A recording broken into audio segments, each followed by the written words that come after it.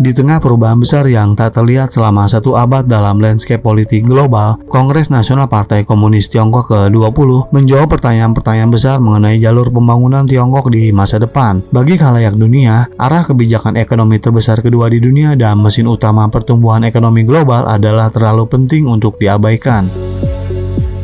Sejak Kongres Partai ke-18 BPK, atas dasar kesadaran dan rasa tanggung jawabnya sendiri, berkontribusi tidak hanya pada kesejahteraan rakyat Tiongkok saja, tetapi juga pada perkembangan damai dunia. Rasa tanggung jawab ini sejalan dengan konsep membangun komunitas dengan masa depan bersama bagi umat manusia, dan konsep ini juga telah diadvokasikan oleh Presiden Xi Jinping.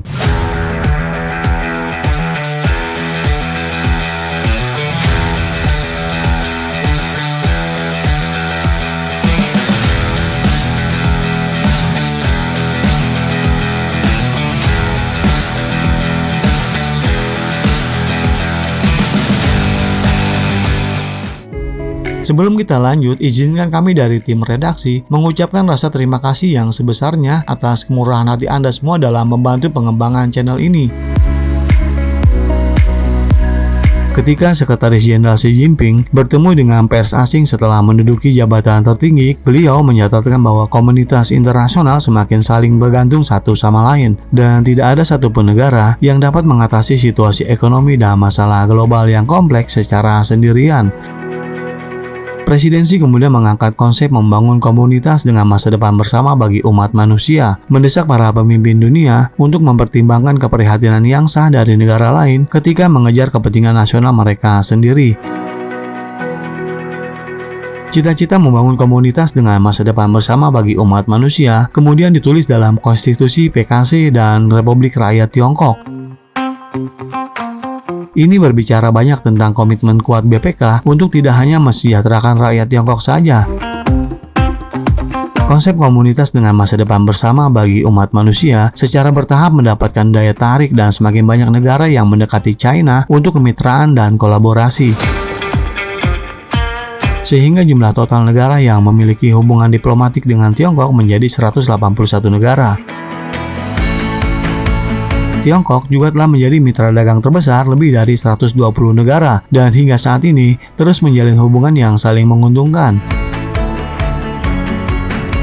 Ketika dunia memasuki tahun 2022, terutama setelah pecahnya konflik militer antara Rusia dan Ukraina, sebuah tonggak utama dalam persaingan geopolitik global.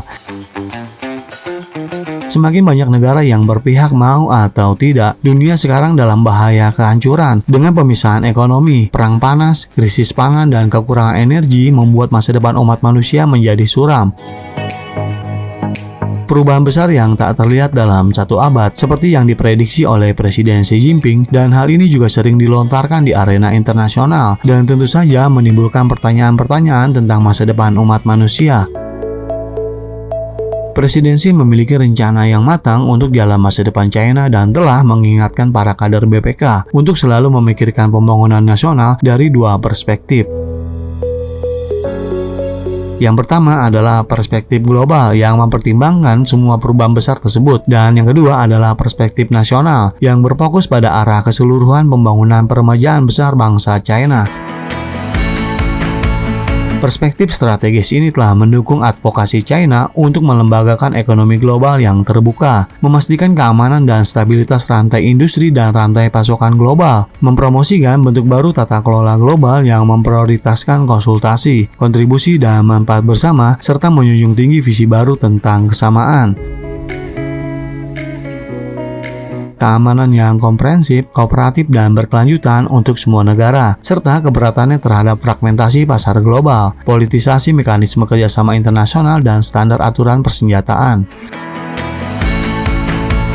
Solusi China dibahas secara luas di antara negara-negara dalam banyak kesempatan diplomatik besar di forum pertemuan para pemimpin dunia.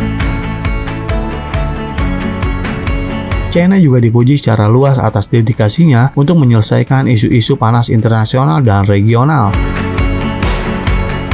Berpartisipasi dalam tata kelola perubahan iklim, memperkuat tata kelola kesehatan masyarakat global, mendirikan Bank Investasi Infrastruktur Asia dan Bank Pembangunan Baru, dan juga mengusulkan inisiatif pembangunan global dan inisiatif keamanan global.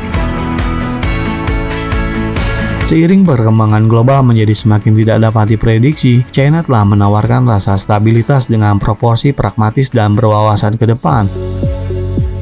China telah diakui atas kontribusinya yang berharga dalam perjuangan global melawan pandemi COVID-19. Sejumlah langkah telah digulirkan untuk meningkatkan ketersediaan vaksin bagi masyarakat internasional, bekerjasama dengan lembaga terkait untuk melakukan uji klinis vaksin di lebih dari 20 negara, dan bergandengan tangan dengan 16 negara dalam produksi vaksin. Selain itu, China juga telah menyumbangkan sejumlah besar sumber daya anti pandemi ke banyak wilayah yang dilanda pandemi di seluruh dunia untuk mengekang penyebaran virus.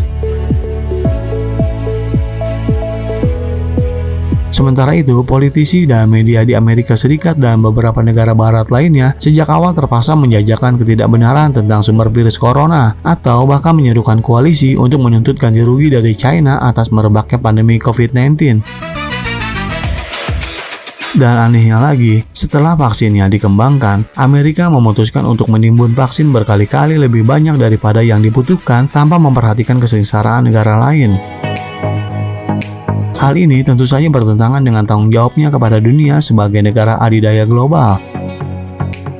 Inisiatif anti-pandemi global China hanya merupakan sebagian kecil dari kontribusinya kepada dunia. Inisiatif Sabuk dan Jalan telah membawa manfaat besar bagi negara-negara peserta.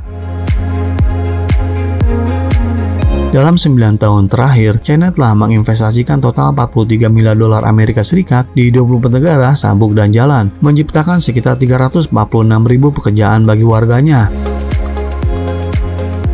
Selama bertahun-tahun, China telah menawarkan bantuan gratis ke negara-negara Afrika dan negara-negara Kepulauan Pasifik Selatan, guna membantu mereka membangun proyek infrastruktur besar seperti jalan, jembatan, dan pelabuhan. Ini tentu sangat meningkatkan kesejahteraan penduduk setempat. Kampanye jahat yang diluncurkan oleh beberapa negara barat terhadap inisiatif Sabuk dan Jalan telah gagal untuk menahan pengawasan di depan pengakuan luas atas kontribusi China. Dan China telah memainkan peran yang semakin signifikan dalam urusan internasional, memberikan kontribusi besar bagi kesejahteraan umat manusia secara keseluruhan. Presidensi juga telah menunjukkan bahwa CPC adalah partai politik yang didedikasikan untuk mencari kebahagiaan bagi rakyat Tiongkok serta berjuang untuk kemajuan peradaban manusia. Cetak biru pembangunan sosial ekonomi China di masa depan yang akan diadopsi oleh Kongres Partai ke-20 sekali lagi menjunjung tinggi prinsip ini dan juga memberikan prospek yang lebih cerah bagi praktik suatu negara dua sistem seperti di Hong Kong. Bagaimana menurut pendapat Anda tentang cetak biru pembangunan sosial ekonomi China di masa depan? Silahkan berikan komentarnya di kolom komentar kami. Terima kasih dan sampai jumpa di episode berikutnya.